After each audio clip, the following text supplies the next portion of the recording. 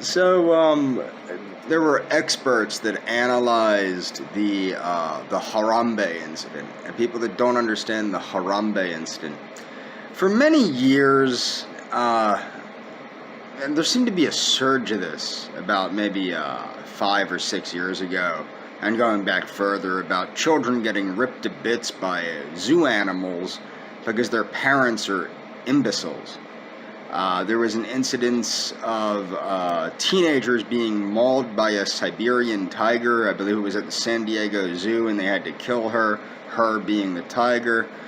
And that was because the children were taunting the tiger, apparently taunting the tiger enough that it actually escaped its enclosure and attacked them.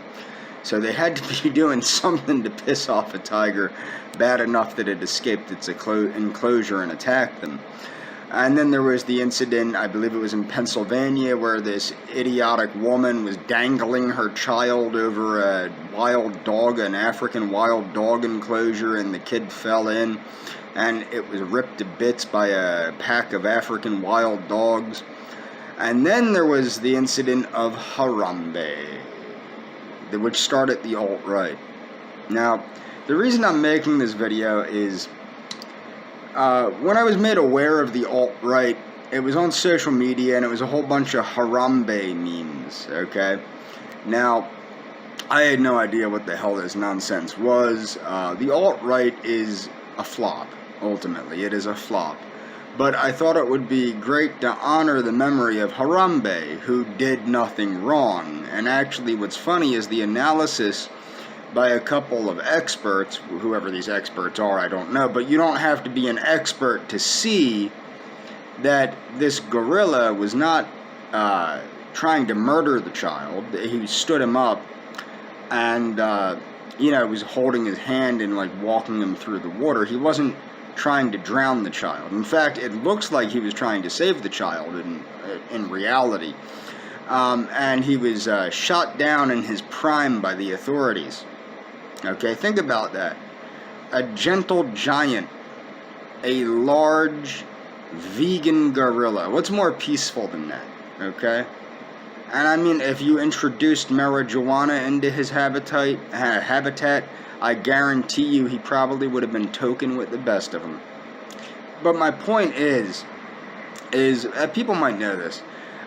Primatology and anthropology are two of my big interests. And I do believe that primates, especially gorillas and chimpanzees and bonobos, I think there's a whole hell of a lot we can learn from them. And of course, I'm not the only one that thinks this, nor am I the first one to think this. So my point is originally, as vegans go, this is why I'm not a vegan. Dietarily, I'm a vegan, but I'm not a vegan. I'm not against zoos. I'm not one of those people that thinks all animals should be in the wild and blah, blah, blah, blah, blah, blah, blah, blah, blah. And I do want to keep this in mind now. There are, and also including zoos, there's also aquariums involved.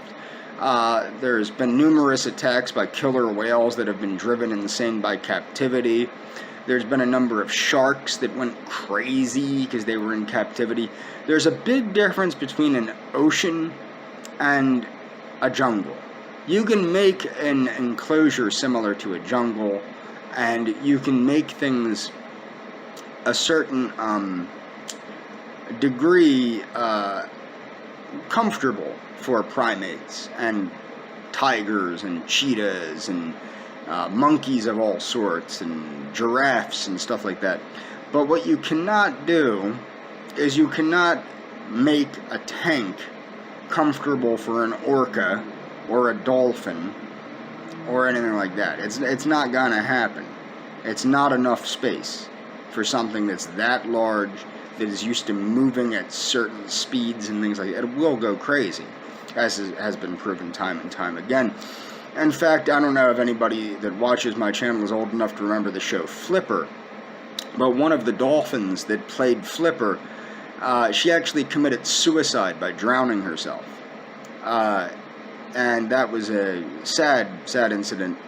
And her trainer, who was actually responsible for basically taking her out of the wild and putting her into captivity, and then training her to be Flipper, started the Dolphin Project, which was a project to help cetaceans. I think I said that right. I keep saying that wrong. But cetaceans are sea mammals, like dolphins and whales. Not manatees, but dolphins, whales, and I think it's just dolphins and whales. Oh, and porpoises. I keep forgetting about porpoises. I don't know. They slip my mind. But my point is I'm not against zoos. However, what I am against is stupid people being allowed in zoos. I do think that there should be new rules restricting access to zoos by children that are under certain ages and things like that. And people might go, how can you use that? No.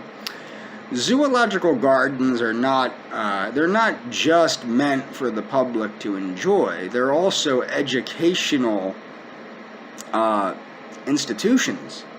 That's the reason that they exist. It's not simply for the public to enjoy walking around the zoological garden. These are places of academia, or at least they used to be. They're places of research, or at least they used to be.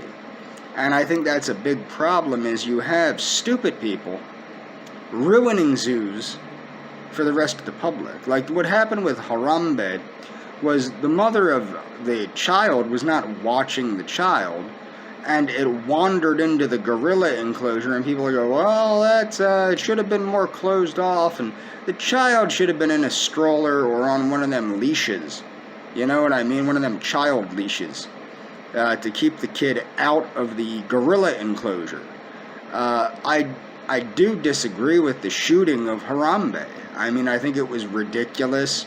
I don't think the evidence is there that the gorilla was trying to kill the kid, but in the same respect, it does lead to question, what the hell are you going to do to a gorilla?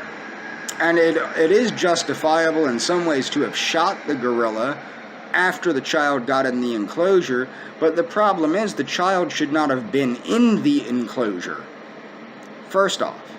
But I don't think the gorilla was trying to kill the kid. I don't think there's any evidence to show the gorilla was trying to kill the kid. However, once the gorilla was confronted to give back the kid, how would the gorilla have reacted? Okay? Now, with the Siberian tiger, of course, they had to shoot the tiger. There's no reasoning with a tiger. But the thing is, why are people being allowed to act the way they do in these zoos? Why is there no security, telling people stop acting like a goddamn jackass? You know what I mean? And that's what needs to happen more, I think. And I also think zoos need to be more in line with academia, more in line with research, more in line with conservation, and less in line with let's make the public happy, and they need to reclaim the institution of the zoological garden for what the zoological garden is.